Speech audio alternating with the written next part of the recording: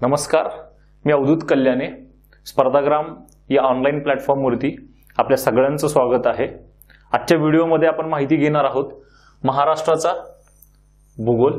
महाराष्ट्राचा भूगोल हा साधारणतः सर्व परीक्षांसाठी म्हणजे राज्यसेवा पूर्व आणि मुख्य परीक्षा असेल, त्यानंतर संयुक्त गट ब आणि गट क यांच्या पूर्व परीक्षा तसेच मुख्य परीक्षा असतील, तसेच इतर ज्या काही स्पर्धा परीक्षा आहेत या सर्व स्पर्धा परीक्षांना महाराष्ट्राच्या भूगोलावरती एमपीएससी प्रश्न विचारते किंवा महाराष्ट्र लोकसेवा आयोग प्रश्न विचारतो. मग महाराष्ट्राच्या भूगोलाचा अभ्यास करताना एमपीएससी कुठले प्रश्न विचारेल हे आपल्याला कसं ओळखता आलं पाहिजे, तर आपल्याला थोडासा आयोगाचा अभ्यास करावा लागेल. आपल्याला आयोगाला ओळखावं लागेल. आयोगाला ओळखायचं कसं, तर आयोगाला ओळखण्याच्या दोन मार्ग आहेत. एक, आयोगाने दिलेला अभ्यासक्रम, आणि यावरून आयोग ज्यावेळेस तुम्हाला कुठल्याही परीक्षेसाठी अभ्यासक्रम देतो त्यावेळेस आयोग एक साधारणतः मुख्य प्रमुख मुद्दे देतं, पॉइंट्स देतं. मग या पॉइंट्सचा अभ्यास करत असताना आणखी याच्यामध्ये कुठले सब पॉइंट्स आहेत हे कसं ओळखायचं, तर आयोगाने विचारलेले मागच्या वर्षीचे काही प्रश्न,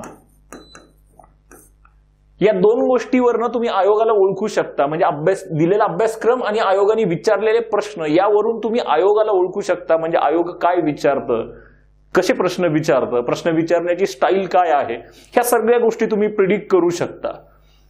आजच्या या व्हिडिओमध्ये आपण हेच बघणार आहोत की महाराष्ट्राच्या भूगोलापैकी आपल्याला ज्यावेळेस पैकीच्या पैकी मार्क्स मिळवायचे तर जे काही पॉइंट्स आहेत, प्रमुख मुद्दे आहेत, त्याच्यामध्ये आणखी काही सब पॉइंट्स आहेत, ते कुठले कुठले आहेत. महाराष्ट्राच्या भूगोलाचा म्हणजेच जो काही सिलेबस आहे तो त्याची इन डिटेल मध्ये थोडीशी आपण माहिती घेणार आहोत महाराष्ट्राच्या भूगोलाविषयी. साधारणतः महाराष्ट्राच्या भूगोलाचा अभ्यास करताना आपल्याला 10 प्रमुख पॉइंट्सचा अभ्यास करावा लागेल, 10 प्रमुख टॉपिक्सचा अभ्यास करावा लागेल. साधारणतः हे 10 प्रमुख टॉपिक्स कुठले कुठले आहेत, तर त्याच्यामध्ये सर्वात पहिला येतो तो म्हणजे महाराष्ट्र स्थान, विस्तार आणि सीमा. खूप बेसिक आहे, या बेसिकवरती आयोग प्रश्न विचारतो सातत्याने, हे सगळ्यांना माहिती असेल. त्याच्यानंतर दुसरं पॉइंट आहे प्रादेशिक किंवा राजकीय महाराष्ट्र.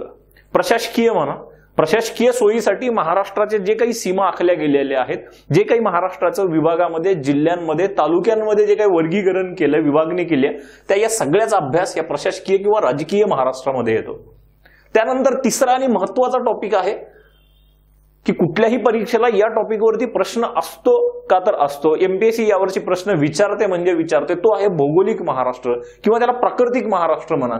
महाराष्ट्राची नैसर्गिक रचना कशी आहे, नदी, नाले, डोंगर, पर्वत, पठार हे कुठे आहेत महाराष्ट्रात, तर हे कुठला टॉपिक सांगतो आपल्याला, तर भौगोलिक महाराष्ट्र सांगतो.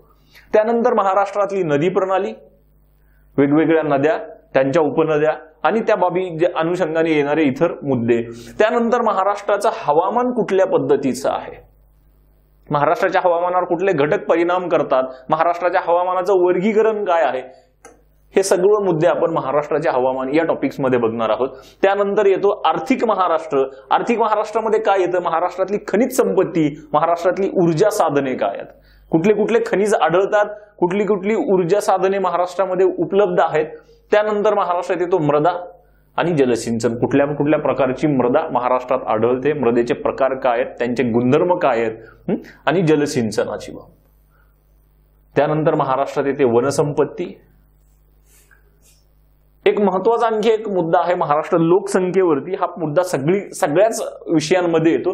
महाराष्ट्राची लोकसंख्या भूगोलामध्ये त्याच्यासोबत काय येतं, जे स्थलांतरण झालंय महाराष्ट्रामध्ये, जिल्ह्यांमध्ये झालंय ते स्थलांतरण आणि आदिवासी जमाती, याच्यावरती आयोग कधी कधी प्रश्न विचारतो. त्याच्यामुळे आपल्याला हे आदिवासी जमाती याबद्दलही माहिती घ्यावी लागेल. आणि त्याच्यानंतर एक शेवटचा पॉइंट राहतो महाराष्ट्राचं वाहतूक व दळणवळण. म्हणजे रस्ते असतील, लोहमार्ग असतील, हवाई मार्ग असतील, हे जे काही वाहतूक आणि दळणवळणाचे मार्ग आहेत त्याच्याबद्दल आपल्याला थोडीशी माहिती घ्यावी लागेल. आणि महाराष्ट्रामध्ये पर्यटन कुठं कुठं आहे, पर्यटन स्थळं कुठले कुठले आहेत, लेण्या असतील, मंदिरं असतील, किल्ले असतील, थंड हवेची ठिकाणं असतील, याबद्दल आपण थोडीफार माहिती घेणार आहोत. सुरू करूयात महाराष्ट्राच्या पहिल्या टॉपिकला. महाराष्ट्र स्थान आणि विस्तार. यामध्ये जर बघितलं आपण महाराष्ट्र स्थान विस्तारामध्ये साधारणतः 4 प्रमुख मुद्दे दिसतील आपल्याला. पहिला मुद्दा आहे महाराष्ट्राचा अक्षवृत्तीय विस्तार कुठून कुठपर्यंत आहे. अक्षवृत्तीय विस्तार सर्वांना माहिती आहे कुठून कुठं असतो. दक्षिण ते उत्तर किंवा उत्तर ते दक्षिण. हा महाराष्ट्राचा अक्षवृत्तीय विस्तार बघितला 15 डिग्री 44 मिनिट ते 22 डिग्री 6 मिनिट हा अक्षवृत्तीय विस्तार आहे. आयोग यावरती आतापर्यंत सोप्या सोप्या पद्धतीने प्रश्न विचारत होता की महाराष्ट्राचा अक्षवृत्तीय विस्तार कुठून कुठं आहे. आता यावर्षी गेल्या वर्षी 2019 मध्ये जर बघितलं तर नवीन पद्धतीने प्रश्न विचारलाय. ह्या दोघांमधला जो अक्षवृत्तीय विस्तार आहे त्याच्यातला फरक विचारलाय. त्यानंतर महाराष्ट्राचा येतो रेखावृत्तीय विस्तार. याच्यावरती आयोगाने सातत्याने 2-3 वेळेस प्रश्न विचारलेत की महाराष्ट्राचा रेखावृत्तीय विस्तार किती आहे. महाराष्ट्राचा रेखावृत्तीय विस्तार 72 डिग्री 36 मिनिट पूर्व ते 80 डिग्री 54 मिनिट पूर्व हा महाराष्ट्राचा रेखावृत्तीय विस्तार आहे. आता आयोग परत ह्यांच्या डिफरन्स वरती प्रश्न विचारू शकतो. त्याच्यानंतर येतो तिसरा पॉइंट महाराष्ट्राची पूर्व पश्चिम आणि दक्षिण उत्तर लांबी. महाराष्ट्राची पूर्व पश्चिम लांबी 800, महाराष्ट्राची दक्षिण उत्तर लांबी 720. ह्याच्यावरती आयोगाने 2 पद्धतीने प्रश्न विचारला. एक सरळ सरळ फॅक्ट्स विचारल्यात, त्याच्यानंतर असं विचारलं की महाराष्ट्राची पूर्व पश्चिम लांबी ही महाराष्ट्राची दक्षिण उत्तर लांबीपेक्षा अधिक स्टेटमेंट फॉर्म मध्ये प्रश्न विचारलाय. त्याच्यानंतर शेवटचा मुद्दा येतो स्थान विस्तार मध्ये महाराष्ट्राचं क्षेत्रफळ. यामध्ये आयोगाने वेगवेगळ्या पद्धतीने 3 वेगवेगळ्या पद्धतीने प्रश्न विचारलेले आहेत.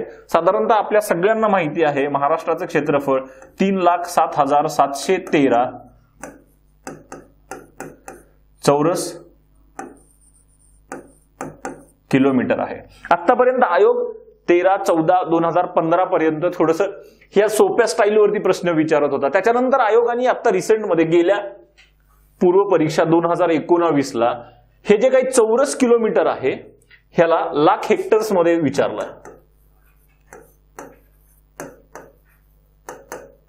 ह्याला लाख हेक्टर्स मध्ये विचारलं. फक्त कन्व्हर्जन विचारलंय. आपण इथंच गोंधळतो. ही बाब पण आपल्याला इथून पुढे आयोग कधी कधी जर विचारलंच अवघडात अवघड आणखी ह्याला एकर्स मध्ये कन्वर्ट करेल. ही झाली क्षेत्रफळाची पहिली बाजू, पहिली स्टाईल ज्याच्यावरती आयोग आपल्याला प्रश्न विचारू शकतो. त्याच्यानंतर क्षेत्रफळावरती आणखी काय प्रश्न विचारेल. जे महाराष्ट्राचं क्षेत्रफळ आहे 3,07,713 चौरस किलोमीटर हे भारताच्या एकूण क्षेत्रफळाच्या किती टक्के आहे. ते साधारणतः 9.36% इतकं आहे. दुसरा प्रश्न असेल एक सोपा आणखी, महाराष्ट्र क्षेत्रफळाच्या बाबतीत देशात कितव्या क्रमांकाला आहे तो क्रमांक पण विचारेल आपल्याला. मग क्षेत्रफळाच्या बाबतीत जे काही आपल्याला 2-3 मुद्दे बघावे लागतील ते हे आहेत स्थान विस्तार आणि सीमा. त्याच्यानंतर आपल्याला दुसरा पॉइंट येतो प्रादेशिक. दुसरा टॉपिक आहे प्रादेशिक किंवा राजकीय महाराष्ट्र. प्रादेशिक महाराष्ट्र किंवा राजकीय महाराष्ट्रामध्ये काय आहे. प्रशासकीय सोयीसाठी आपण महाराष्ट्राची जी काही विभागणी केलेली आहे जिल्ह्यांमध्ये असेल, विभागामध्ये असेल, तालुक्यांमध्ये असेल ते येते. याच्यामध्ये पहिला पॉइंट काय होतो आयोगाने बेसिक प्रश्न काय विचारलं की संयुक्त महाराष्ट्राची स्थापना कधी. मुंबई सहित महाराष्ट्र जो काही स्थापन झालाय त्याची स्थापना कधी आहे तर 1 मे 1960 ला संयुक्त महाराष्ट्राची स्थापना आहे. त्याच्यानंतर दुसरा पॉइंट काय आहे याच्यामध्ये की महाराष्ट्राच्या राजकीय सीमा कुठल्या कुठल्या इतर राज्यांना लागून आहेत. जसं उत्तरेकडे गेलात तर इथं मध्य प्रदेश आहे, वायव्येकडे आलात तर इथं गुजरात आहे, पूर्वेकडे आलात तर इथं छत्तीसगड आहे, आग्नेयेकडे आलात तर इथं तेलंगणा, कर्नाटक आणि गोवा हे जे काही राज्य आहेत यावरती प्रश्न आयोगाने विचारलेले आहेत की महाराष्ट्राच्या राजकीय सीमा इतर कुठल्या कुठल्या राज्यांना लागून आहेत. त्यानंतर राजकीय सीमानंतर आपण थोडंसं महाराष्ट्राच्या प्रादेशिक वर्गीकरणात जाऊयात की महाराष्ट्रामध्ये पहिलं काय येईल की प्रशासकीय विभाग किती आहेत. कधी 1960 मध्ये ज्यावेळेस महाराष्ट्राची स्थापना झाली त्यावेळेस साधारणतः महाराष्ट्रात किती प्रशासकीय विभाग आहेत हा आयोगाने विचारलेला प्रश्न आहे. साधारणतः त्यावेळेस 4 प्रशासकीय विभाग होते. सध्या किती आहेत 6 आहेत, 2 वाढलेत. त्याच्यानंतर येतो त्या विभागामध्ये किती जिल्हे आहेत, किती तालुके आहेत. मग जिल्ह्यानुसार विभागांचा क्रम लावा, चढता उतरता क्रम लावा. तालुक्यांच्या संख्येनुसार ह्यांचा चढता उतरता क्रम लावा. याच्यावरती आयोगाने प्रश्न विचारलेत. त्याच्यानंतर येतो विभागांचा क्षेत्रफळानुसार चढता उतरता क्रम. 2019च्या एसटीआय किंवा एएसओला हा 2019च्या प्रश्न विचारलाय की क्षेत्रफळानुसार विभागांचा क्रम लावा, चढता उतरता क्रम लावा. याच्यावरती प्रश्न विचारला. आता रिसेंटली आयोग आता ह्या पॉइंट्स वरती आलाय की जे काही विभागाचे नकाशे आहेत आपण इथं जर बघितलं 2017ची वनसेवाची पूर्व परीक्षा बघितली तर त्यावेळेस नाशिक विभागाचा तुम्हाला मॅप दिलाय, एक विभागाचा मॅप दिलाय असा, आणि तो ओळखायला लावलाय नाशिक विभागाचा 2017 मध्ये. रिसेंटली 2019 ची जर संयुक्त गट ब ची पूर्व परीक्षा बघितली, तो पेपर बघितला तर तुम्हाला साधारणतः औरंगाबाद विभागाचा मॅप दिलेला आहे, नकाशा दिलेला आहे, आणि तो ओळखायला लावलाय तुम्हाला. आता इथून पुढे राहिले कोण? कोकण, पुणे, अमरावती आणि नागपूर हे साधारणतः 4 विभाग राहिलेत. या 4 विभागाच्या नकाशावरती तुम्हाला प्रश्न येऊ शकतो. त्याच्यानंतर येतो काय? महाराष्ट्रातले जिल्हे कोणते कोणते आहेत. विभाग झाल्यानंतर त्याच्यानंतर दुसरा घटक येतो, महाराष्ट्रातले जिल्हे कोणते कोणते आहेत. महाराष्ट्रात 1960च्या वेळेस किती जिल्हे होते, सध्या किती जिल्हे आहेत? साधारणतः महाराष्ट्राच्या स्थापनेच्या वेळेस 26 जिल्हे होते, आता महाराष्ट्रात 36 जिल्हे आहेत. साधारणतः 10 जिल्हे नवीन निर्माण झालेत. मग हे 10 जिल्हे कोणते आहेत नवीन झालेले? मग ते कुठले, मूळ कुठल्या जिल्ह्यातून हे नवीन जिल्हे निर्माण झालेत यांच्यावरती परत जोड्या लावा, त्यांच्या डेट्स वरती परत प्रश्न आहेत.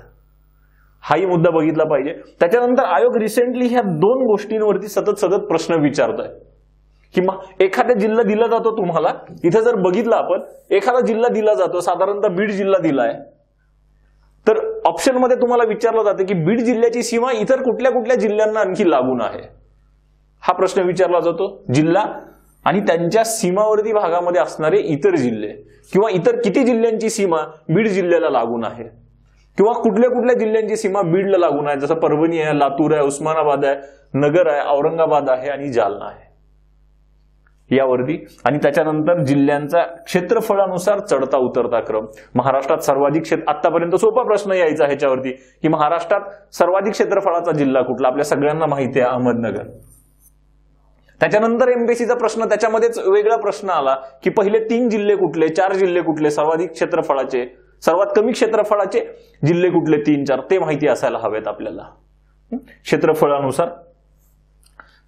त्याच्यानंतर आणखी एक, त्याच्यामध्ये जर आणखी खोलामध्ये गेलात तर जिल्ह्यानंतर येतात तुमचे तालुके, विभाग, विभागानंतर जिल्हे, जिल्ह्यानंतर तालुके.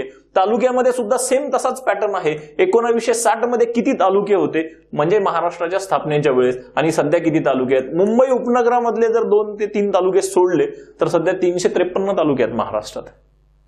त्याच्यानंतर प्रश्न आता याच्यावरती येतो की सर्वाधिक तालुके असणारा जिल्हा कुठला? बरेच वेळेस प्रश्न येऊन गेलेला आहे. म्हणजे तुम्हाला माहिती आहे नांदेड आहे, यवतमाळ आहे, दोन्ही जिल्ह्यांमध्ये जवळपास 16 तालुके आहेत. मग त्याच पद्धतीने सर्वात जास्तीवरती जर प्रश्न विचारत असेल, सर्वाधिक वरती प्रश्न विचारत असेल तर सर्वात कमी वरती प्रश्न सुद्धा साहजिक अपेक्षित आहे.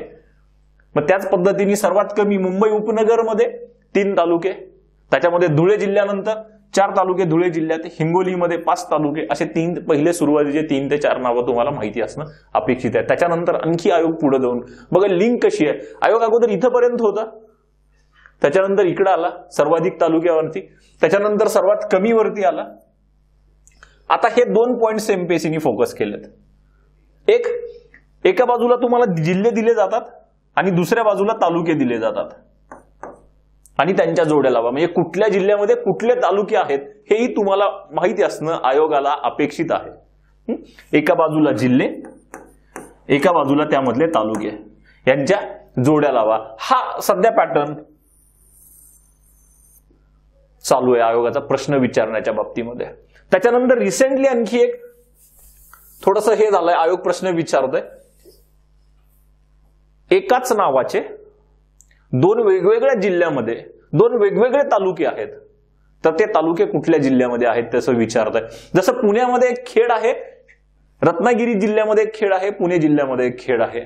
पुणे जिल्ह्यामध्ये एक शिरूर तालुका आहे, तसंच बीड जिल्ह्यामध्ये एक शिरूर तालुका आहे. हे जर बघितलं याच्याही जोड्या लावा. रिसेंटली 4 ते 5 क्वेश्चन्स या मागच्या 1-2 वर्षामध्ये आयोगाने ह्याच्यावरती विचारलेले आहेत. आता संयुक्त गट ब 2019ला आणखी एक प्रश्न विचारला आयोगाने, ज्याच्यामध्ये परत मिक्सिंग केलं की म्हणजे विभाग आणि तालुके ह्यांचं मिक्सिंग केलं. ह्यांचं मिक्सिंग कसं केलं की पुणे विभागावरती प्रश्न विचारला, विभाग पुणे होता आणि विचारलं काय, पुणे विभागामध्ये सर्वात उत्तरेकडचा तालुका कुठला? पुणे विभागामध्ये सर्वात उत्तरेकडचा तालुका कुठला? तर तो जुन्नर तालुका आहे. म्हणजे विभागावरती प्रश्न आणि तालुक्यांवरती प्रश्न दोघांचं एकत्र कॉम्बिनेशन करून प्रश्न विचारलेला आहे की पुणे जिल्ह्यामध्ये सर्वात उत्तरेकडचा तालुका कुठला. मग आपल्याला बाकीचे जे काही विभाग आहेत, कोकण विभाग आहे, नाशिक विभाग आहे, औरंगाबाद आहे, अमरावती आहे, नागपूर आहे, यावरती सुद्धा आपल्याला ही माहिती बघावी लागेल. उत्तरेकडचा तालुका, दक्षिणेकडचा, पूर्वेकडचा, पश्चिमेकडचा, हेही बघावं लागेल. ही साधारणतः पूर्ण तुमच्या प्रशासकीय किंवा राजकीय महाराष्ट्राविषयीची माहिती आहे. त्याच्यानंतर येतो तिसरा घटक जो आहे, तिसरा जो टॉपिक आहे महाराष्ट्राच्या भूगोलातला, प्राकृतिक महाराष्ट्र किंवा भौगोलिक महाराष्ट्र. जसं आपण राजकीय महाराष्ट्र बघितला की आपण आपल्या प्रशासकीय सोयीसाठी त्याचं डिव्हिजन केलंय, तसं निसर्गानेही त्याचं महाराष्ट्राचं डिव्हिजन केलेलं आहे. महाराष्ट्राच्या प्राकृतिक किंवा भौगोलिक ह्याच्यामध्ये कुठले घटक बघायचे आपल्याला, तर महाराष्ट्राची नैसर्गिक सीमा कुठं कुठं आहे. जशी आपण राजकीय सीमा बघितली, उत्तरेला मध्य प्रदेश आहे, पूर्वेला छत्तीसगड आहे, आग्नेयेला तेलंगणा आहे, दक्षिणेला कर्नाटक आहे, गोवा आहे. ह्या जशा राजकीय सीमा आहेत, आपण मानवनिर्मित सीमा आहेत, तशा निसर्गनिर्मित सुद्धा सीमा काही आहेत. तर निसर्गनिर्मित सीमा कुठल्या कुठल्या आहेत. जसं महाराष्ट्राच्या पश्चिमेला याल तुम्ही तर कोकण किनारपट्टी आहे, म्हणजेच अरबी समुद्र आहे. उत्तरेला जाल तर सातपुडा पर्वताच्या डोंगर रांगा आहेत. पूर्वेला याल तर चिरोल टेकड्या आहेत, भामरागड टेकड्या आहेत, सुरजागड टेकड्या आहेत. ह्या टेकड्या म्हणजेच महाराष्ट्राची नैसर्गिक सीमा दाखवतात, महाराष्ट्राला इतर राज्यापासून वेगळं करतात. त्याच्यानंतर महाराष्ट्राचे प्राकृतिक विभाग कुठले कुठले आहेत. महाराष्ट्राचे 3 भौगोलिक किंवा प्राकृतिक विभाग पडतात. साधा सरळ प्रश्न आहे, महाराष्ट्राचे किती भौगोलिक किंवा प्राकृतिक विभाग पडतात. तर 3 प्राकृतिक किंवा भौगोलिक विभाग पडतात. त्याच्यामध्ये पहिला कुठला आहे, कोकण किनारपट्टी. महाराष्ट्राच्या एकदम पश्चिमेला अरबी समुद्र आणि सह्याद्रीतला जो काही चिंचोळा पट्टा आहे त्याला आपण कोकण किनारपट्टी म्हणून ओळखलं जातं. तर मग कोकण किनारपट्टीचा आपल्याला अभ्यास करताना हा जो काही टॉपिक आहे त्याच्यामध्ये सब टॉपिक्स कसे ओळखायचे परत, त्याच्यामध्ये येतो पहिले कोकण किनारपट्टीचा विस्तार कुठे आहे. प्रश्न इथं बघा 3च पॉइंट्स आहेत, लांबी, रुंदी आणि क्षेत्रफळ. याच्यावरती आयोगाने सतत प्रश्न विचारलेले आहेत. कोकण किनारपट्टीची लांबी म्हणजेच महाराष्ट्राला लाभलेला समुद्र किनारा, त्याची लांबी. फक्त शब्दाशब्दांमध्ये फरक आहे. प्रश्न असा विचारला कोकण किनारपट्टीची लांबी किती, दुसऱ्या बाजूने प्रश्न असाही विचारला जाऊ शकतो महाराष्ट्राला किती किलोमीटरचा समुद्र किनारा लाभलेला आहे. सगळ्यांना माहिती आहे आपल्याला 720 किलोमीटरचा समुद्र किनारा लाभलेला आहे. त्याच्यानंतर रुंदी, रुंदीवरती आयोगाने कधी आकडेवारीमध्ये प्रश्न विचारलेले नाहीयेत. रुंदीमध्ये फक्त विचारलं आहे की रुंदी कुठं कमी आहे, कुठं जास्ती आहे, कुठून कमी जास्ती होत जाते, उत्तरेकडून दक्षिणेकडे का दक्षिणेकडून उत्तरेकडे. याच्यावरती स्टेटमेंट फॉर्म मध्ये प्रश्न विचारलेत. क्षेत्रफळाच्या बाबतीतही आयोग तसंच विचारू शकतं. क्षेत्रफळाच्या बाबतीत आकडेवारीमध्ये प्रश्न विचारण्याची शक्यता खूप कमी आहे. फक्त एवढंच विचारू शकतं की कोकण किनारपट्टीचं जे काही क्षेत्रफळ आहे ते महाराष्ट्राच्या एकूण क्षेत्रफळाच्या किती टक्के असेल. 3 ते 4 प्रश्न तुम्हाला इथंच निर्माण होतात. त्याच्यानंतर येतो महाराष्ट्राची कोकण किनारपट्टी जी आहे ती कोकण किनारपट्टी कुठल्या प्रकारची आहे, तिचा प्रकार कुठला आहे. मग ती रिया प्रकारची आहे का ती दंतूर प्रकारची आहे. रिया प्रकारची आहे तर ती रिया प्रकारची का आहे, दंतूर प्रकारची आहे तर ती दंतूर प्रकारची काय आहे हे बघणं गरजेचं आहे. याच्यावरती आयोगाने प्रश्न विचारलेला आहे. त्याच्यानंतर कोकणाचे 2 भाग पडतात, उत्तर कोकण आणि दक्षिण कोकण. मग असं काय वेगळं वैशिष्ट्य आहे ज्याला उत्तर कोकण म्हटलं जातं, मग दक्षिण कोकणामध्ये असे काय वैशिष्ट्य आहेत की ज्याला दक्षिण कोकण म्हटलं जातं. अशी कुठली नदी आहे ही नदी कोकणाचे 2 भाग करते की उत्तर कोकण वेगळा आणि दक्षिण कोकण वेगळा. त्याच्यानंतर एक महत्वाचा आणखी प्रश्न आहे, मुख्य परीक्षेला याच्यावर सतत प्रश्न विचारले जातात. कोकणामध्ये खलाटी काय आणि वलाटी काय, खलाटीचा भाग कोणता तो कसा ओळखायचा, वलाटीचा भाग कोणता तो कसा ओळखायचा, ह्याच्यावरती सुद्धा प्रश्न आहेत मुख्य परीक्षेला. त्याच्यानंतर कोकणामध्ये ज्यावेळेस कोकणात ज्या नद्या वाहतात त्या सह्याद्रीवरती उगम पावतात, सह्याद्री पर्वतावरती किंवा पश्चिम घाटात उगम पावतात आणि त्या अरबी समुद्राला मिळतात. ज्यावेळेस त्या अरबी समुद्राला मिळतात त्यावेळेस खाड्यांची निर्मिती करतात. मग कुठली नदी कुठली खाडी निर्माण करते, त्या खाड्यांचा दक्षिणोत्तर क्रम काय, याच्यावरती प्रश्न विचारतात. हा टॉपिक परत आपल्याला नदी प्रणालीमध्ये येणारच आहे. त्यानंतर जी काही बेटं आहेत कोकण किनारपट्टीवरती किंवा अरबी समुद्रावरती आपल्या हद्दीमध्ये, महाराष्ट्राच्या हद्दीमध्ये जी काही बेटं येतात ती बेट कुठली कुठली आहेत. पर्यटनामध्ये हा सुद्धा टॉपिक आपल्याला परत रिपीट होणार आहे. त्याच्यानंतर हा झाला पहिला प्राकृतिक किंवा भौगोलिक विभाग. दुसरा भौगोलिक विभाग कुठला आहे, सह्याद्री किंवा पश्चिम घाट हे बघतोय आपण, सह्याद्रीचं चित्र बघतोय आपण. सह्याद्रीमध्ये काय आहे, साधारणतः देशामध्ये भारतामध्ये 7 प्रमुख पर्वत प्रणाली आहेत. त्या 7 प्रमुख पर्वत प्रणालीपैकी एक पर्वत प्रणाली म्हणजे सह्याद्री पर्वत किंवा पश्चिम घाट म्हणतो आपण त्याला. म्हणजे हा जर पर्वत प्रणाली असेल तर कुठल्या तरी प्रकारचा पर्वत असला पाहिजे, ते आपल्याला माहिती असलं पाहिजे की पश्चिम घाट किंवा सह्याद्री कुठल्या प्रकारचा पर्वत आहे. मग तो गट पर्वत आहे का, तो वली पर्वत आहे का, तो ठोकळा पर्वत आहे. गट पर्वत आहे किंवा ठोकळा पर्वत आहे तर तो का आहे हेही आपल्याला माहिती करून घेतलं पाहिजे. त्याच्यानंतर दुसरा पॉइंट येतो, सह्याद्रीचा प्रादेशिक विस्तार कुठून कुठं आहे. महाराष्ट्रामध्ये सह्याद्रीचा विस्तार कुठून कुठल्या जिल्ह्यापर्यंत आहे, साधारणतः नंदुरबार पासून ते साधारण कोल्हापूर पर्यंत आहे.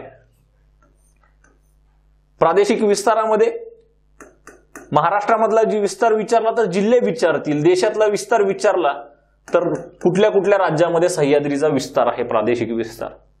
आपण महाराष्ट्राचा भूगोल बघतोय तर मोस्टली आपण महाराष्ट्रातलाच विस्तार जास्ती प्रमाणात बघणार आहेत.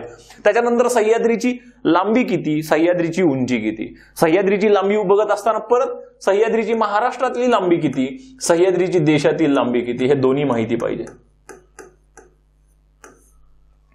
मग सह्याद्रीची उंची, महाराष्ट्रातली सरासरी उंची, देशातली सरासरी उंची, सह्याद्रीची जी काही उंच शिखरं आहेत ती महाराष्ट्रातलं सर्वात उंच शिखर कुठलं, देशातलं सह्याद्रीमधलं सर्वात उंच शिखर कुठलं, हे जे काही बेसिक फॅक्ट्स आहेत ते सुद्धा आपल्याला माहिती पाहिजेत. अभ्यास करताना टॉपिक बाय टॉपिक तुम्ही जर हे जर टॉपिक बघितले, मागचे प्रश्न काढून बघितले, तुम्हाला तर ह्याच टॉपिकवरती रिपीट आयोगाने प्रश्न विचारलेले आहेत. त्याच्यानंतर आणखी एक महत्वाचं आहे की सह्याद्रीची काही वैशिष्ट्ये आहेत. मग सह्याद्रीची वैशिष्ट्ये कुठले, त्याच्यावरती पण स्टेटमेंट फॉर्म मध्ये आयोगाने प्रश्न विचारलाय. तुम्ही जर इथं जर बघितलं तर हे असे टोकदार नाहीयेत. सह्याद्रीची जी काही शिखरं आहेत ती शिखरं टोकदार नाहीयेत, थोडे सपाट झालेली दिसतात. हे एक सह्याद्रीचं वैशिष्ट्य आहे की सह्याद्रीची जी काही शिखरं आहेत, सह्याद्रीची जी काही घाट माती आहेत ती सपाट आहेत, टेबल लँड्स तयार झाली आहेत. मग ती का तयार झाली आहेत ते एक वैशिष्ट्य आहे. सह्याद्री महाराष्ट्राचा प्रमुख जलविभाजक आहे का, तर सह्याद्रीच्या पश्चिम बाजूला जास्ती पाऊस पडतो, पूर्व बाजूला पावसाचं प्रमाण कमी होतं. ही जी काही सह्याद्रीची आणखी काही वैशिष्ट्ये आहेत ती आपण महाराष्ट्राच्या भूगोलामध्ये इन डिटेल बघणार आहोत. त्याच्यानंतर आणखी 2 बाबी आहेत सह्याद्री बाबतीत ज्याबद्दल आयोग सातत्याने प्रश्न विचारतं. एक सह्याद्रीत असणारे घाटमार्ग आणि दुसरा सह्याद्रीत असणारी शिखरं. घाटमार्ग म्हणजे साधारणतः आपल्याला सगळ्यांना माहिती आहे, सह्याद्रीची उंची जिथं कुठं कमी झाली आहे, सह्याद्रीची उंची जिथं कुठं कमी झाली आहे त्या भागामध्ये दळणवळणासाठी, वाहतुकीसाठी रस्ते तयार केलेत, त्यालाच आपण काय म्हणतो, घाटमार्ग म्हणतो. मग हे घाटमार्ग, ह्या घाटमार्गातून गेलेले जे काही रस्ते आहेत हे रस्ते कोणत्या 2 शहरांना जोडतात याच्यावरती प्रश्न विचारला जातो. त्यांचा दक्षिण उत्तर क्रम विचारला जातो. म्हणजे जसं काही कसारा घाट आहे, त्याच्यानंतर बोर घाट आहे, त्याच्यानंतर दिवा घाट आहे, आंबा घाट आहे, फोंडा घाट आहे, आंबोली घाट आहे, हे जे काही घाट आहेत ह्यांचा दक्षिण उत्तर जो काही क्रम आहे त्याच्यावरती प्रश्न विचारले जातात. आणि एकदा आयोगाने शिखर आणि घाटमार्ग ह्यांना एकत्र करून काही शिखरं दिलेत 2-3 आणि 2-3 घाटमार्ग दिलेत, ह्यांच्या उंचीनुसार क्रम लावायला विचारलाय. मग शिखरांच्या बाबतीत सेम तसंच आहे. कुठली कुठली शिखरं आहेत, कळसुबाई आहे, साल्हेर आहे, महाबळेश्वर आहे, हरिश्चंद्रगड आहे, तोरणा आहे, प्रतापगड आहे. ही जी काही सगळी शिखरं आहेत ही शिखरं किती उंचीची आहेत ह्यांची एक काही जी काही बाजारामध्ये एमपीसीची पुस्तक आहेत त्याच्यामध्ये भरमसाठ लिस्ट दिलेली आहे. आपण ज्यावेळेस महाराष्ट्राचा भूगोल बघणार आहोत यांची खूप मोजकी आणि महत्वाची शिखरं आणि घाटमार्ग बघणार आहोत ज्याच्या बाहेर एमपीसी कधी जात नाही. तुम्हाला खूप मोजकं आणि मोजकं बघायचंय. ह्या शिखरांमध्ये अशी मोजकी 7 ते 8च शिखरं आहेत जी तुम्हाला माहिती असणं मस्ट आहे आणि त्यावरती तुम्ही आयोगाचा कुठलाही प्रश्न सोडवू शकता. ती शिखरं, त्यांची उंची किती आहे, प्रश्न बघा, टॉपिक एकच आहे ही सह्याद्रीमधली शिखरं, प्रश्न किती निर्माण होऊ शकतात, त्यांचा उंचीनुसार क्रम लावा किंवा एखाद्या शिखराची सरळ सरळ उंची विचारली जाते, त्याच्यानंतर त्यांचा दक्षिण उत्तर क्रम विचारला जातो, त्याच्यानंतर ही शिखरं कुठल्या कुठल्या जिल्ह्यामध्ये आहेत हे विचारलं जातं. एकाच टॉपिकवरती किती प्रश्न तयार होऊ शकतात हे आपण बघितलं पाहिजे, समजून घेतलं पाहिजे. आणि हे कसं समजेल तर आपल्याला त्यासाठी आयोगाचे प्रश्न सातत्याने बघावे लागतील. हा झाला दुसरा प्राकृतिक विभाग किंवा भौगोलिक विभाग महाराष्ट्राचा. त्याच्यानंतर तिसरा जो काही भौगोलिक विभाग आहे तो म्हणजे महाराष्ट्र पठार. महाराष्ट्र पठाराची पहिला ह्याच्यामध्ये अभ्यास करत असताना ह्याच्यावरती सतत आयोगाने प्रश्न विचारलाय, तो म्हणजे महाराष्ट्राच्या पठाराची निर्मिती आहे. आपल्या सर्वांना माहिती आहे महाराष्ट्र पठाराची निर्मिती ज्वालामुखीने निर्माण झालेली आहे. महाराष्ट्र पठार ज्वालामुखीमुळे निर्माण झालेला आहे.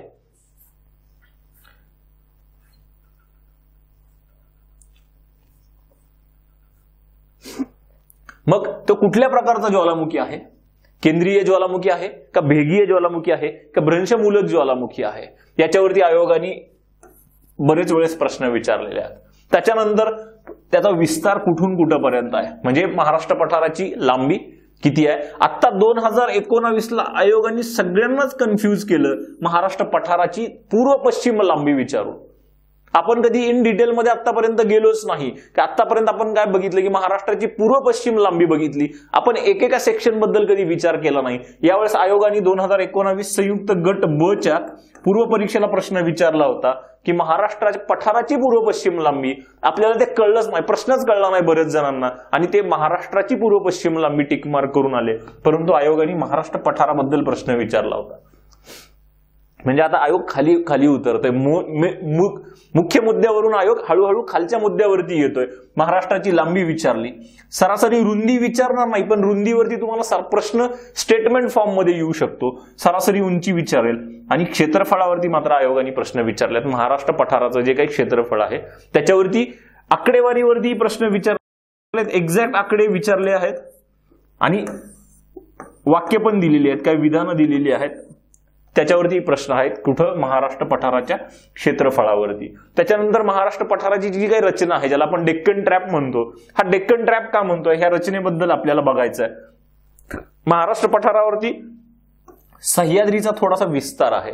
हा जो काही सह्याद्री आहे याचा विस्तार, याच्या डोंगर रांगांचा विस्तार महाराष्ट्र पठारावरती आहे. तर त्या कुठल्या कुठल्या डोंगर रांगा आहेत? उत्तरेपासून आपण बघितलं अजिंठा सातमाळा डोंगर रांगा आहेत, त्याच्यानंतर हरिश्चंद्र बालाघाट डोंगर रांगा आहेत, त्याच्यानंतर शंभू महादेव डोंगर रांगा आहेत. ह्या डोंगर रांगांचा विस्तार महाराष्ट्र पठारावरती जो आहे तो विस्तार बघायचा आहे. त्या डोंगर रांगांची काय वैशिष्ट्ये आहेत त्याबद्दल आपल्याला माहिती घ्यायची आहे, कारण ह्या टॉपिकवरती परत आयोग सातत्याने प्रश्न विचारतो का तर विचारतो. त्याच्यानंतर आहेत महाराष्ट्रातील प्रमुख पठार. हा एक छोटासा मुद्दा आहे. जे काही महाराष्ट्र पठार आहे, मुख्य पठार आहे, याच्यावरती आणखी काही छोटे छोटे पठारस आहेत.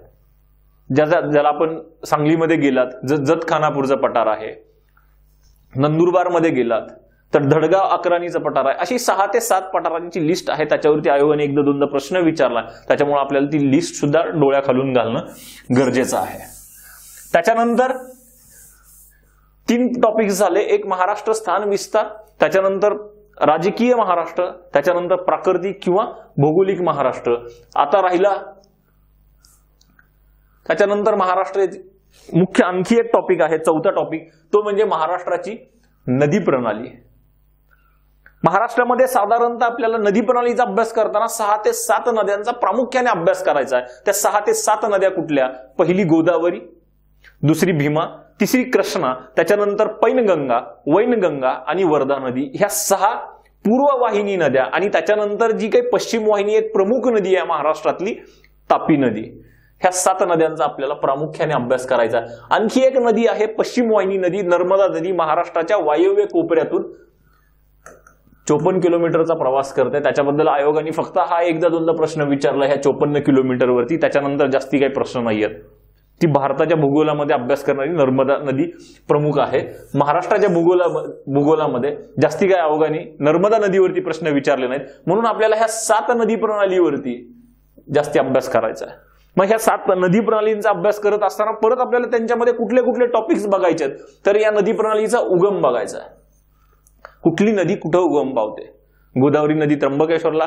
आतापर्यंत आयोग काय करत होतं? उगम ठिकाणं सरळ सरळ विचारत होतं की गोदावरी नदीचा उगम कुठं आहे, कृष्णा नदीचा कुठं आहे, भीमा नदीचा कुठं आहे. परंतु आता आयोग त्याच्याही पुढे गेलाय. विचारता आता उगम स्थान जे आहेत, ह्या उगम स्थानाची काही वैशिष्ट्ये आहेत का?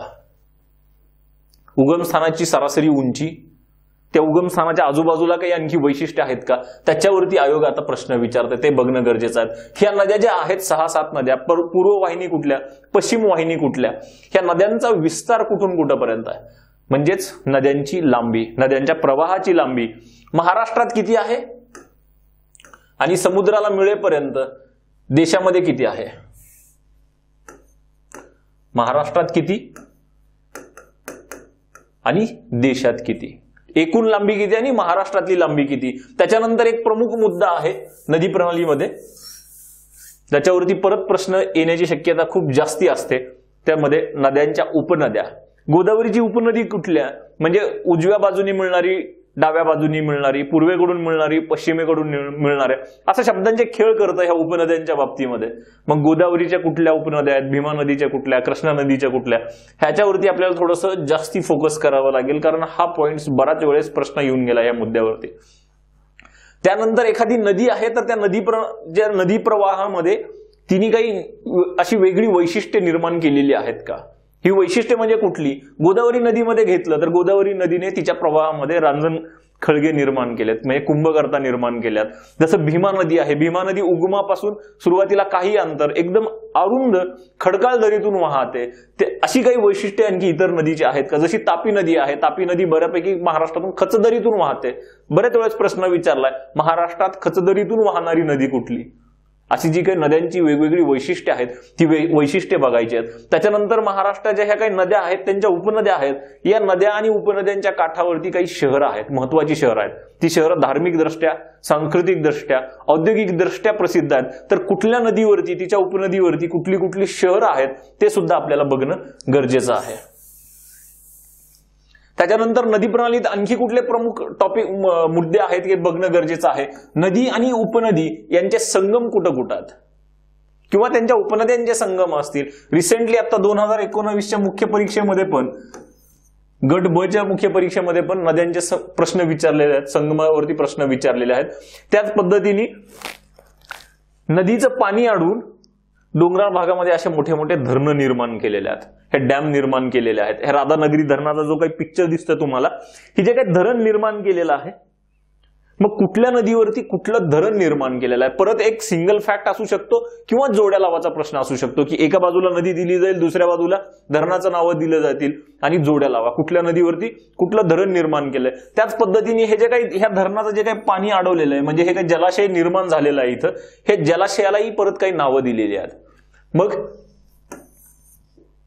ती काही जलाशय आणि त्या कुठली नदी आहे आणि त्या नदीवरती कुठलं जलाशय आहे, त्या जलाशयाची नावं परत याच्यामध्ये जोड्या लावा विचारलं जातील. जसं गोदावरी नदीवरती पैठण इथं जायकवाडी धरण बांधलेलं गेलेलं आहे. त्या जायकवाडी धरणाचं जे काही जलाशय आहे त्याला नाथसागर नाव दिलेलं आहे. आपल्याला माहिती आहे कोयना नदी, कोयना धरण, कोयना धरणाचा जो काही जलाशय आहे त्याला आपण शिवाजी सागर म्हणतो. अशी काही वेगवेगळी विदर्भातली काही धरणं असतील, उत्तर महाराष्ट्रातली काही धरणं असतील, त्यांच्या जलाशयाला काय नावं दिली आहेत याच्यावरती आयोग प्रश्न विचारतो. त्याच्यानंतर एक कोकणातल्या नद्यांचा एक वेगळाच पॅटर्न आहे. नॉर्मली सह्याद्रीवरती, त्या सह्याद्रीवरतीच उगम पावतात, परंतु ह्या नद्या पश्चिम वाहिनी नद्या आहेत. ह्या नद्या, कोकणातल्या नद्या प्रामुख्याने जवळपास सर्व नद्या सह्याद्रीमध्ये, सह्याद्रीच्या घाटमाथ्यावरती उगम पावतात. सह्याद्रीच्या पश्चिम बाजूला वाहत जाऊन अरबी समुद्राला मिळतात. पण ह्या नद्यांची लांबी खूप कमी आहे. या नद्या जेव्हा समुद्राला मिळतात त्यावेळेस त्या खाड्यांची निर्मिती करतात. खाडी म्हणजे समुद्राचं पाणी नदीच्या मुखापर्यंत जिथपर्यंत जातं तिथं खाड्यांची निर्मिती होते. मग याच्यावरती आता बघा टॉपिक एकच आहे की कोकण किनारपट्टीमध्ये ज्या काही खाड्यांची निर्मिती झाली आहे नद्यांच्या मुखाशी, त्या खाड्यांच्या वरती प्रश्न कसा असेल, नदी कुठल्या नदीने कुठली खाडी निर्माण केली आहे. एक तर सिंगल फॅक्ट विचारतील किंवा जोड्या लावा विचारतील. एका बाजूला नद्या, दुसऱ्या बाजूला त्यांनी निर्माण केलेल्या खाड्या, यांच्यामध्ये जोड्या लावाचा प्रश्न असेल. ह्या खाड्यांचा जो काही दक्षिण उत्तर क्रम आहे, उत्तरेकडून दक्षिणेकडे किंवा दक्षिणेकडून उत्तरेकडे कुठल्या खाड्यांची निर्मिती झाल्या तो क्रम विचारतील. आणि तिसरा एखादा पॅटर्न, आणखी एखादा प्रश्न विचारलाच आयोगाने, तर कुठल्या खाड्या आणि त्यांचे जिल्हे, कुठल्या जिल्ह्यामध्ये कुठल्या खाड्या आहेत, असा तुम्हाला परत जोड्या लावाचा प्रश्न येऊ शकतो. याच्यावरती 3 पद्धतीने प्रश्न विचारले जाण्याची शक्यता आहे. त्याच्यानंतर एक शेवटचा आहे नदी व जलविद्युत प्रकल्प. ह्या ज्या काही नद्या आहेत, इथं बघितलं आपण हा राधानगरी धरणाचा जो काही फोटो आहे, या राधानगरी धरणाच्या पायथ्याशी इथं विद्युत निर्मिती केली जाते. म्हणजे पाणी अडवलं जातं आणि त्या पाण्यापासून जलविद्युत निर्मिती केली जाते. मग कुठल्या नदीवरती असे जलविद्युत प्रकल्प आहेत, एका बाजूला नदी दिली जाईल, दुसऱ्या बाजूला प्रकल्पाची नावं दिली जातील. आणि याच्यामध्ये परत तुम्हाला जोड्या लावांचा प्रश्न विचारला जातील. हे साधारणतः महाराष्ट्रातली जी काही नदी प्रणालीचा अभ्यास करताना ह्या सगळ्या घटकांचा आपल्याला अभ्यास करावा लागेल.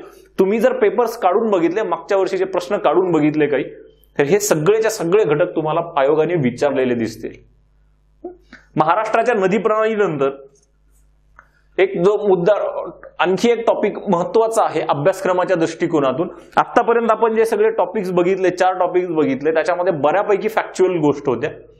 आता इथून हा जो काही टॉपिक येणार आहे आपला 5वा टॉपिक, महाराष्ट्राचा हवामान, ह्याच्यामध्ये थोड्याशा संकल्पनात्मक बाबी आहेत. त्या संकल्पनात्मक बाबी आपल्याला थोडंसं समजून घेणं गरजेचं आहे. मग महाराष्ट्राच्या हवामानावरती आयोग कुठल्या पद्धतीने प्रश्न विचारतो, आपण कुठले घटक वाचले पाहिजेत, तर महाराष्ट्राच्या हवामानावरती पहिला घटक कुठला वाचला पाहिजे, तर महाराष्ट्राच्या हवामानावरती प्रभाव पाडणारे घटक कुठले कुठले आहेत.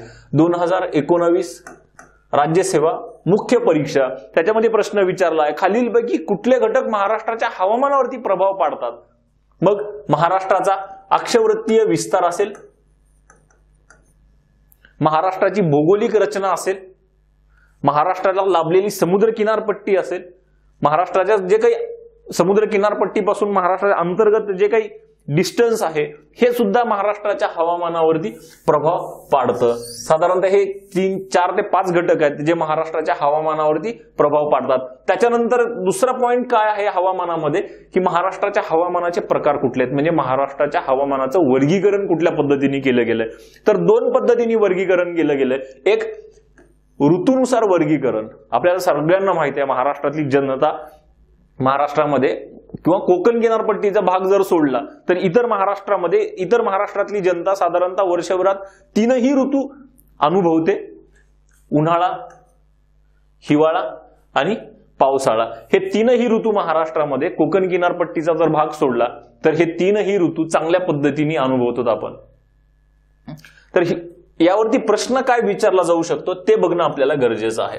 उन्हाळा आणि हिवाळा ह्या 2 ऋतूंवरती प्रश्न काय येऊ शकतो, तर उन्हाळ्यामध्ये किंवा हिवाळ्यामध्ये तापमानातील बदल कुठून कुठं होत जातात, म्हणजे तापमान कुठून कुठं वाढत जातं किंवा कुठून कुठं कमी होत जातं, हा पहिला प्रश्न. याच्यावरती सरळ सरळ स्टेटमेंट फॉर्म मध्ये प्रश्न विचारले जातात. काय स्टेटमेंट फॉर्म मध्ये प्रश्न विचारले जातात.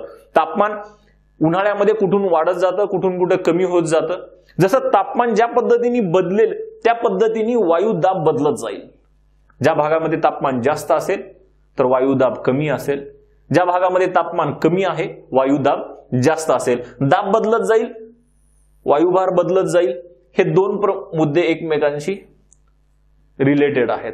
त्याच्यानंतर प्रश्न येतो आर्द्रता म्हणजेच ह्युमिडिटी. मग कुठल्या उन्हाळ्यामध्ये कोकणामध्ये ह्युमिडिटी किती असते, जास्ती असते का कमी असते, मग कोकणापेक्षा विदर्भामध्ये ह्युमिडिटी किंवा आर्द्रता किती असेल, मग ती जास्ती असेल का कमी असेल, कमी असेल तर का कमी असेल, जास्ती असेल तर का जास्ती असेल, याच्यावरती स्टेटमेंट फॉर्म मध्ये प्रश्न आहेत.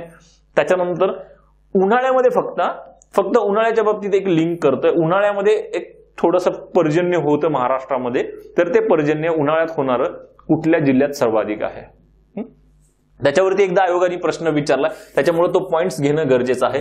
या ऋतूनुसार वर्गीकरणामध्ये आयोगाने आतापर्यंत सगळ्यात जास्त प्रश्न कशावरती विचारलेत, तर पावसाळा या ऋतूवरती प्रश्न विचारलेत. ऋतूनुसार जे वर्गीकरण आहे त्याच्यामध्ये पावसाळ्यावरती प्रश्न जास्ती आहेत. त्याच्यामध्ये महाराष्ट्रामध्ये जो काही पाऊस पडतो तो कुठल्या वाऱ्यांपासून पडतो, नैऋत्य मान्सून वाऱ्यापासून पडतो.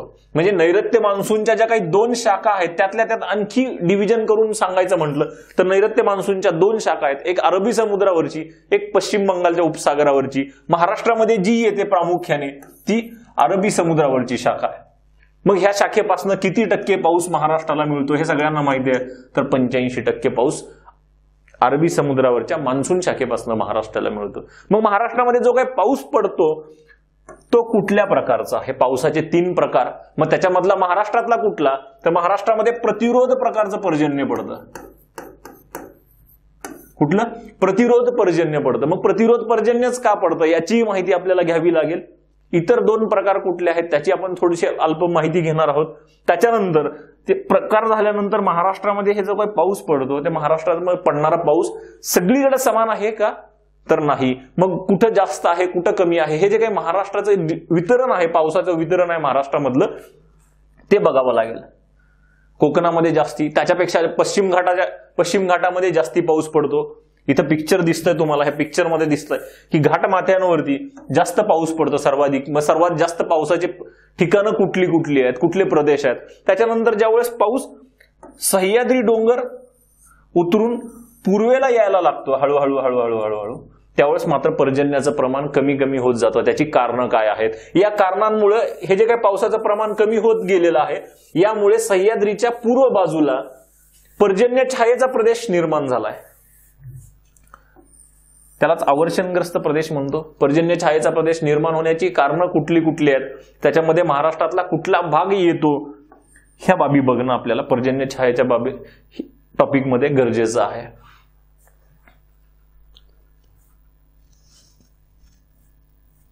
त्याच्यानंतर हे झालं ऋतूनुसार वर्गीकरण. त्याच्यानंतर 2 हवामान तज्ञ आहेत ज्यांनी जगाच्या हवामानाचं वर्गीकरण केलेलं आहे. त्या बाबतीमध्ये महाराष्ट्राचं सुद्धा हवामानाचं वर्गीकरण त्याच पद्धतीने केलेलं आहे. त्या हवामानाच्या वर्गीकरणामध्ये, जागतिक हवामानाच्या वर्गीकरणामध्ये महाराष्ट्राचं हवामान कुठं बसतं, त्याच्यानुसार पहिले एक हवामान तज्ञ आहेत डॉक्टर त्रिवार्ता.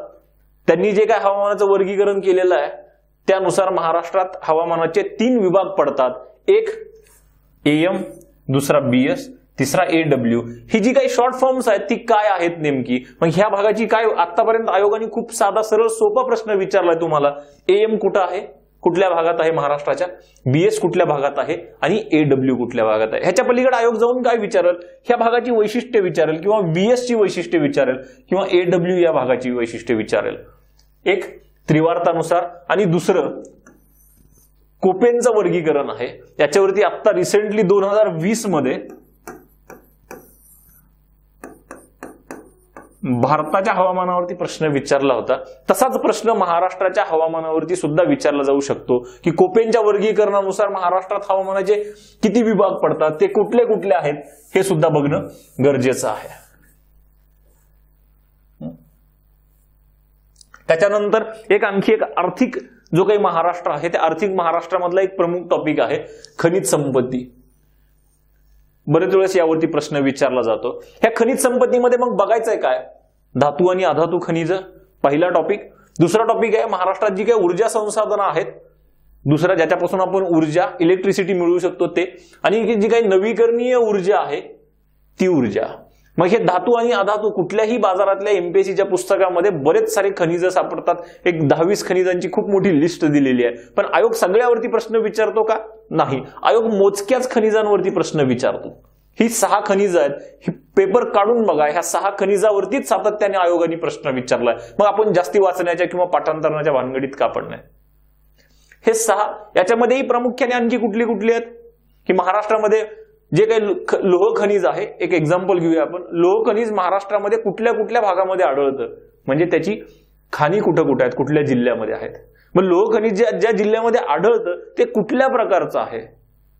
महाराष्ट्राची जी काही एकूण लोह खनिजाचे साठे आहेत ते देशाच्या लोह खनिजाच्या साठ्यांच्या किती टक्के आहेत? असे बेसिक प्रश्न ह्या 5-6 धातू अधातू खनिजावरती विचारलेले आहेत.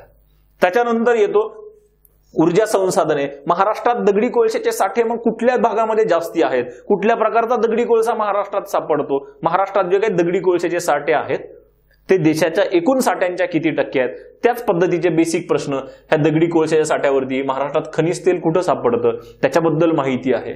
मुंबई हाय मध्ये जे काही खनिज तेल सापडतं त्याच्यावरती डिटेलमध्ये, तिथं कधी सुरुवात झाली खनिज तेल काढायला, कधी सुरुवात झाली, तिथं विहीर कधी खणली, याच्यावरती खूप बेसिक फॅक्च्युअल क्वेश्चन विचारलेले आहेत. आणि नैसर्गिक वायू याच्यावरती प्रश्न. त्याच्यानंतर जी काही नवीकरणीय स्रोत आहेत, म्हणजे जी कधी संपत नाहीत, सातत्याने आपण ती नवीन होत असतात, त्याच्यापासून आपण सदैव ऊर्जा मिळवू शकतो. पवन ऊर्जा असेल, सोलार असेल, त्याच्यानंतर हे जे काही स्रोत आहेत ते महाराष्ट्रात कुठं आहेत? मग सोलारचे नवीन प्रोजेक्ट कुठं कुठं आलेत, पवन ऊर्जेच्या पवनचक्क्या नवीन कुठं कुठं बसवल्या गेलेल्या आहेत, ह्याच्या रिलेटेड काही समजा चालू घडामोडीमधले काही प्रश्न असतील ते सुद्धा आपण भूगोलात आणू शकतो. जी काही चालू घडामोडीमधली माहिती आहे ती इथे विचारली जाऊ शकते. त्याच्यानंतर एक आहे ह्याच खनिज संपत्तीमध्ये महाराष्ट्रातली विद्युत निर्मिती. आपण जी घरामध्ये लाईट वापरतो ती लाईट कुठं निर्माण केली जाते आणि कशी निर्माण केली जाते. कशी निर्माण केली जाते तर 3 प्रकारे महाराष्ट्रात लाईट तशा विद्युत निर्मिती केली जाते. एक औष्णिक विद्युत निर्मिती केली जाते, म्हणजे हे ऊर्जा, ही जी काही ऊर्जा संसाधनं दिसतात तुम्हाला, दगडी कोळसा असेल, खनिज तेल असेल, नैसर्गिक वायू यांचा वापर करून वीज निर्मिती करणे म्हणजेच औष्णिक. त्याच्यानंतर जलविद्युत निर्मिती मगाशी बघितलं आपण, आणि त्याच्यानंतर अणुऊर्जा. तारापूर अणुऊर्जा केंद्र आहे, त्याच्याबद्दल डिटेलमध्ये स्थापना कधी, कोणी मदत केली, त्याची कॅपॅसिटी किती आहे, इथं सुद्धा तशीच आहे. कुठल्या नदीवरती कुठले जलविद्युत प्रकल्प आहेत, त्यांची कॅपॅसिटी किती आहे. कोयनाबद्दल आपल्याला इन डिटेलमध्ये माहिती घ्यावी लागेल, कारण कोयनाबद्दल एमपीएससीनी बरेच वेळेस प्रश्न विचारलेत, त्याच्या कॅपॅसिटीवरती विचारलेत. कोयनामध्ये जी काही लेक टॅपिंग झाली त्या लेक टॅपिंग वरती प्रश्न विचारलेले आहेत. त्याच्यामुळे हे 3 मुद्दे इथं सुद्धा आपल्याला खनिज संपत्तीमध्ये आणि त्यामधला सब टॉपिक्स विद्युत निर्मितीमध्ये बघणं गरजेचं आहे.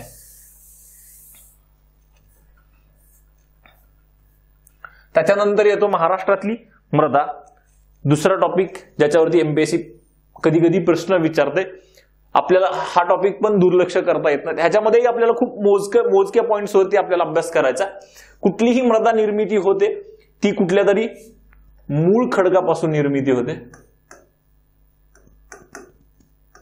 मग तो मूळ खडक कुठला आहे, किंवा मृदा निर्मितीवरती परिणाम करणारे कुठले कुठले घटक आहेत. ह्या मूळ खडकापासून मृदा निर्माण होते तर ती कुठल्या कुठल्या घटकांमुळे निर्माण होते, मृदा निर्मितीवर कुठले कुठले घटक परिणाम करतात, ऊन, वारा, पाऊस, काळ, हे सगळे जे काही घटक आहेत हे मृदा निर्मितीवरती परिणाम करतात. या घटकांवरती प्रश्न विचारला. त्याच्यानंतर एमपीएससी जाऊन प्रश्न विचारते की महाराष्ट्रात मृदेचे कुठल्या कुठल्या प्रकारची मृदा आढळते, म्हणजेच मृदेचे प्रकार कुठले कुठले. साधारणतः 4 प्रकारची मृदा प्रमुख पद्धतीने आढळते, की काळी रेगूर मृदा आहे, जांभी मृदा कोकणातली, पूर्व विदर्भामध्ये तांबडी किंवा तपकिरी मृदा आढळते, आणि कोकणात किनारपट्टीच्या भागामध्ये गाळाची मृदा आढळते. ह्या 4 मृदा महाराष्ट्रात प्रामुख्याने आढळतात. त्याच्यात आणखी तुम्हाला जर ह्याला कॉम्पॅक्ट करायचं असेल तर महत्वाच्या मृदा कुठल्या, तर काळी रेगूर मृदा आणि जांभी मृदा. प्रश्न जर बघितले तर ह्या 2 मृदावरती सातत्याने प्रश्न विचारलेत. मग कुठल्याही मृदेचा अभ्यास जर करायचा असेल तर त्याच्यामध्ये आणखी कुठल्या पॉइंट्सचा अभ्यास करावा. एक, ही जी काही मृदा आहे ती कुठल्या प्रदेशामध्ये आढळते, म्हणजे कुठल्या जिल्ह्यांमध्ये ही मृदा आढळते. काळी मृदा असेल मराठवाड्यात आहे, पश्चिम विदर्भामध्ये आहे. त्याच्यानंतर हिची निर्मितीमध्ये काय बघितलं पाहिजे की निर्मिती ही मूळ खडकापासून, कुठल्या खडकापासून ह्या मृदेची निर्मिती झालेली आहे. काळी मृदा आहे तर बेसाल्ट खडक आहे, बेसाल्ट खडकापासून याची निर्मिती झाली आहे. मग ह्या मृदेमध्ये कुठले रासायनिक घटक आहेत, रासायनिक घटकामध्ये कुठले घटक जास्त आहेत, कुठल्या घटकांची कमतरता आहे, याच्यावरती सरळ सरळ स्टेटमेंट फॉर्म मध्ये प्रश्न विचारलाय. एक प्रदेश, दुसरी निर्मिती, तिसरा रासायनिक घटक, त्याच्यानंतर जी काही मृदा आहे त्या मृदेचे काही गुणधर्म असतील तर त्याच्यावरती सुद्धा स्टेटमेंट फॉर्म मध्ये प्रश्न येतो. की मग काळ्या रेगूर मृदेवरती काही मृदा ती चोपट बनते, ती भुसभुशीत असते, हे जे काही मृदेचे गुणधर्म आहेत, जांभी मृदेचे असतील किंवा तांबडी तपकिरी मृदा असेल किंवा गाळाची मृदा असेल, या 4ही मृदांचा अभ्यास करताना हे सगळे पॉइंट्स बघावे लागतील. आणि त्याच्यासोबत आयोग कधी कधी प्रश्न विचारताना हळूच एखादा पॉइंट्स खाली टाकून देतो तुम्हाला की या मृदेमध्ये खालील पिके घेतली जातात. जसं काळ्या मृदेमध्ये आपल्याला सगळ्यांना माहिती आहे केळी घेतलं जातं, ऊसाचं उत्पादन, तंबाखूचं उत्पादन घेतलं जातं. जांभ्या मृदेमध्ये असतील सगळी फळं पिकं असतील यांचं उत्पादन घेतलं जातं. अशी जी काही कुठली पिकं असतील किंवा फळं पिकं असतील कुठल्या मृदेमध्ये त्यांचं उत्पादन घेतलं जातं हे सुद्धा माहिती असणं गरजेचं आहे. त्याच्यानंतर एक छोटासा मुद्दा आहे ज्याच्यावरती आयोग कधीतरी प्रश्न विचारतं की मृदेची धूप. राज्यसेवा मुख्य परीक्षेच्या दृष्टिकोनातून हा थोडासा महत्वाचा मुद्दा आहे की मृदेची धूप. मग धूप होण्याचे प्रकार कुठले आहेत, घळकाडी धूप आहे का सालकाडी धूप आहे, ही कुठल्या प्रकारची धूप आहे, 3 ते 4 प्रकार जे आहेत ते प्रकार बघणं आपल्याला गरजेचं आहे. मग ही धूप होते तर त्याची कारणं कुठली कुठली आहेत, आणि जर आपल्याला ही धूप थांबवायची असेल, कारण ही खूप मोठी नैसर्गिक संपत्ती आहे आपल्यासाठी, मृदा म्हणजे खूप मोठी नैसर्गिक संपत्ती आहे, ही आपल्याला तिचं जतन करणं गरजेचं आहे. कारण मृदेचा काही सेंटीमीटरचा थर निर्माण व्हायला हजारो वर्ष लागतात. मग ही जर आपल्याला संपत्ती जपायची असेल मग तिचं मृदा संधारण करणं गरजेचं आहे. त्या मृदा संधारणाचे उपाय कुठले कुठले आहेत हेही बघणं गरजेचं आहे. त्याच्यानंतर एक 2 ते 3 टॉपिक शेवटी राहतात. त्या 3 टॉपिकमध्ये महाराष्ट्रातली लोकसंख्या, स्थलांतर आणि आदिवासी जमाती एकत्र केलंय आपण सगळं. त्याच्यामध्ये लोकसंख्येमध्ये हे 6 ते 7 पॉइंट्स आहेत की यावर्षी ज्यावेळेस आयोग प्रश्न विचारतं, ज्यावर लोकसंख्येतली वाढ, लोकसंख्येची म्हणजे 2001 मध्ये किती होती, 2011 मध्ये किती झाली, पर्सेंटेज मध्ये ही टक्केवारीमध्ये वाढ विचारली जाते. देशाच्या एकूण लोकसंख्येच्या ही वाढ किती आहे, महाराष्ट्रातली जी काही लोकसंख्या आहे ती देशाच्या एकूण लोकसंख्येच्या किती आहे. मग त्याच्यानंतर घनता 2001 मध्ये किती होती, 11 मध्ये किती होती, याच्यामधला जो फरक आहे तो. लिंग गुणोत्तर, बाललिंग गुणोत्तर 1 मध्ये किती होतं, 11 मध्ये किती होतं. प्रमुख जिल्हे कोणते, जास्त लोकसंख्येचे घनतेचे जिल्हे कुठले, पहिले 2-3 जिल्हे, शेवटचे 2-3 जिल्हे. लिंग गुणोत्तरामध्ये सर्वाधिक लिंग गुणोत्तर असणारे जिल्हे, सर्वात कमी लिंग गुणोत्तर असणारे जिल्हे. ह्याच्यामध्ये पाठांतर करण्याचा विषय नाही, फक्त समजून घेण्याचा विषय आहे. बेसिक तुम्हाला खूप काही गोष्टी पाठ करायच्या नाहीयेत, फक्त थोडी नावं. आपल्याला सवय लागली की पहिले 5 शेवटचे 5, गरज नाही त्याची. पहिले 2 लक्षात ठेवा, 3 लक्षात ठेवा आणि शेवटचे 2-3 लक्षात ठेवा. त्याच्यानंतर साक्षरतेचा मुद्दा आहे. महाराष्ट्रात साक्षरता किती, 2001 मध्ये किती होती, 2011 मध्ये किती होती, याच्यावरती आयोग कधी कधी प्रश्न विचारतं. 1901, 1951, 1961 गणितेचे प्रश्न 1961 मध्ये विचारलेत. 1, 51, 61 ह्याला थोडेफार सिग्निफिकन्स आहेत, काहीतरी महत्व आहे. 1961 मध्ये महाराष्ट्र स्वतंत्र झाल्यानंतरची पहिली जनगणना होती. 1951 म्हणजे भारत स्वतंत्र झाल्यानंतरची पहिली जनगणना होती. हे 20व्या शतकातली ही पहिली जनगणना होती. त्याच्यामुळे हे जे काही पॉइंट्स फोकस केले ह्याला काहीतरी मिनिंग असतं. त्याच पद्धतीने मग शहरी व ग्रामीण लोकसंख्या किती, शहरामध्ये महाराष्ट्राची जी काही एकूण लोकसंख्या आहे त्याच्यापैकी किती टक्के लोक शहरी भागात राहतात, किती टक्के लोक ग्रामीण भागामध्ये राहतात. जी काही शहरी लोकसंख्या आहे महाराष्ट्रातली ती देशाच्या एकूण शहरी लोकसंख्येच्या किती, हे जे काही बेसिक मुद्दे आहेत हे बेसिक मुद्दे सुद्धा बघणं लोकसंख्येच्या ह्याच्यामध्ये गरजेचं आहे. त्याच पद्धतीने जे काही स्थलांतरण होतं महाराष्ट्रामध्ये त्या स्थलांतरणाची कारणे कुठली कुठली आहेत, महाराष्ट्रात होणारं स्थलांतर, इतर राज्यातून महाराष्ट्रात होणारं स्थलांतर, ह्यांची कारणं कुठली कुठली आहेत. मग कुठल्या कारणामुळे सर्वाधिक जास्त स्थलांतर होतं, कुठल्या राज्यातून महाराष्ट्रामध्ये सर्वात जास्त स्थलांतर होतं हेही बघणं गरजेचं आहे. आणि आदिवासी जमाती, महाराष्ट्रात कुठल्या कुठल्या आदिवासी जमाती आहेत, त्या कुठल्या कुठल्या जिल्ह्यात राहतात आणि त्यांची थोडीफार जी काही वैशिष्ट्ये असतील ती वैशिष्ट्ये बघणं गरजेचं आहे. शेवटचा मुद्दा, शेवटचे 2 टॉपिक ज्याच्यामध्ये येतं महाराष्ट्रामध्ये जे काही पर्यटन आहे, टुरिझम म्हणतो आपण त्याला, तर ते कुठल्या कुठल्या ह्याच्यावर, त्याच्यावरती पर्यटनावरती काय प्रश्न विचारले जाऊ शकतात. तर जे काही महाराष्ट्रात लेण्या आहेत, लेण्या आणि त्यांची जिल्हे याच्यावरती माहिती. मंदिरं, ती मंदिरं कुठल्या देवाशी निगडीत आहेत किंवा ती मंदिरं कुठल्या जिल्ह्यात आहेत, परत जोड्या लावांचे प्रश्न.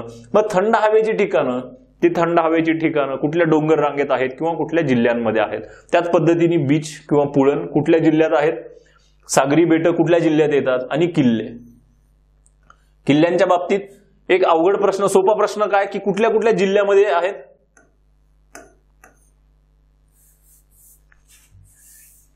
किल्ल्यांच्या बाबतीत काय विचारलं जातं, कुठल्या कुठल्या जिल्ह्यामध्ये कुठले कुठले किल्ले आहेत. आणि एकदा प्रश्न थोडासा अवघड विचारला होता, ह्या किल्ल्यांचा दक्षिणोत्तर क्रम विचारला होता.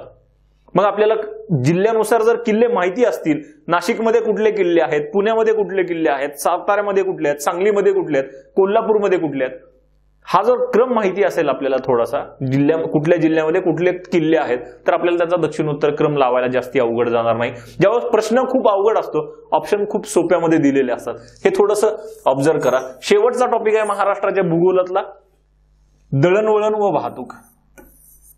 दळणवळण व वाहतूक मध्ये आपल्याला बघायचंय काय, प्रामुख्याने प्रश्न ह्या रस्ते मार्गावरतीच असतात. महाराष्ट्रामध्ये मग राष्ट्रीय महामार्ग किती, राज्य महामार्ग किती, महाराष्ट्रामध्ये जे काही राष्ट्रीय महामार्ग आहेत ते देशातल्या एकूण राष्ट्रीय महामार्गांचे त्यांची किती पर्सेंटेज मध्ये आहेत, लांबी किती वगैरे ह्याच्यावरती प्रश्न विचारले जातात. त्याच्यानंतर लोहमार्ग म्हणजेच रेल्वे मार्ग, महाराष्ट्रात एकूण लोहमार्ग किती किलोमीटर आहेत, देशाच्या एकूण लोहमार्गाची त्याची टक्केवारी किती आहे, महाराष्ट्रातले जे काही लोहमार्ग आहेत त्याचं विद्युतीकरण किती पर्सेंटेज मध्ये झालेलं आहे, हे प्रश्न विचारले जातील. ह्याच्या पलीकडे आणखी काय की जे काही रेल्वे विभाग आहेत, प्रमुख देशातले जे काही रेल्वे विभाग आहेत 17, त्याच्यापैकी महाराष्ट्रात किती आहेत, त्यांची मुख्यालय कुठं कुठं आहेत, याच्यावरती प्रश्न विचारले जातील. हवाई मार्गावरती आतापर्यंत 1 ते 2 वेळेस प्रश्न विचारलाय की महाराष्ट्रामध्ये जी काही आंतरराष्ट्रीय विमान वाहतूक होते तर ती आंतरराष्ट्रीय विमानतळं कुठं कुठं आहेत, जसं मुंबई आहे, पुणे आहे, नागपूर आहे, अशी जी काही कुठली किती विमानतळ आहेत जी आंतरराष्ट्रीय विमानतळं म्हणून गणली जातात, तर ती विमानतळांची संख्या विचारली आहे फक्त. त्याच्यानंतर आहे जलवाहतूक, अंतर्गत जलवाहतूक, आंतरराष्ट्रीय जलवाहतूक. आंतरराष्ट्रीय जलवाहतुकीसाठी 2 पोर्ट्स आहेत, एक मुंबई पोर्ट आहे, दुसरं JNPT पोर्ट आहे. त्याच्यावरती प्रश्न कधी येऊ शकतो. आणि अंतर्गत महाराष्ट्रातल्या जलवाहतुकीसाठी एक साधी छोटी छोटी बंदरं निर्माण केली जातात, ज्याचं नियोजन मॅनेजमेंट हे स्टेट गव्हर्नमेंटकडे असतं. अशी किती आहेत साधारणतः महाराष्ट्रात, तर 48 आहेत. ही एकदा संख्या विचारली गेलेली आहे. ह्याच्यावरती जास्ती काही प्रश्न नाही आहेत. प्रश्न असतील तर रस्ते आणि लोहमार्ग हे जास्ती फोकस करणं गरजेचं आहे, ह्यांची बेसिक माहिती बघणं गरजेचं आहे. साधारणतः हे सर्व पॉइंट्स 10 पॉइंट्स आहेत की महाराष्ट्राच्या भूगोलाचा अभ्यास करताना तुम्हाला ह्या पॉइंट्सचा अभ्यास करणं गरजेचं आहे का, तर आहे. या पद्धतीने जर तुम्ही इतर विषयांचा सुद्धा जर अनालिसिस करत गेलात, विश्लेषण करत गेलात, तर तुम्हाला प्रत्येक टॉपिकमध्ये जास्तीत जास्त मार्क मिळू शकतात. महाराष्ट्राच्या भूगोलामध्ये जिथल्या कुठल्या परीक्षेला असेल, तुम्ही ह्या पॉइंट्सचा जर अभ्यास केला व्यवस्थित, तर तुम्हाला पैकीच्या पैकी मार्क्स मिळू शकतात. हे जे काही आपण पॉइंट्स एक्सप्लेन केलेत, ह्यांना आणखी विस्तृत स्वरूपात बघण्यासाठी येणारी जी काही संयुक्त परीक्षा गट ब असेल, गट क असेल, त्यांना फोकस करून आपण महाराष्ट्राच्या भूगोलावरती एक फास्ट ट्रॅक बॅच सुरू करतोय येत्या काही दिवसांमध्ये. त्याच्यामध्ये हे जे काही घटक दाखवले गेलेले आहेत, या घटकांचं तुम्हाला तिथं व्यवस्थित विश्लेषण करून मिळेल, त्याची व्यवस्थित माहिती मिळेल, त्याच्या PDF स्वरूपात तुम्हाला नोट्स सुद्धा दिल्या जातील. तसंच स्पर्धाग्राम ऍपवरती किंवा EMPSC कट्टा या चॅनलवरती तुम्हाला त्याची पूर्ण माहिती मिळेल की बॅच कधी सुरू होते, काय सुरू होते.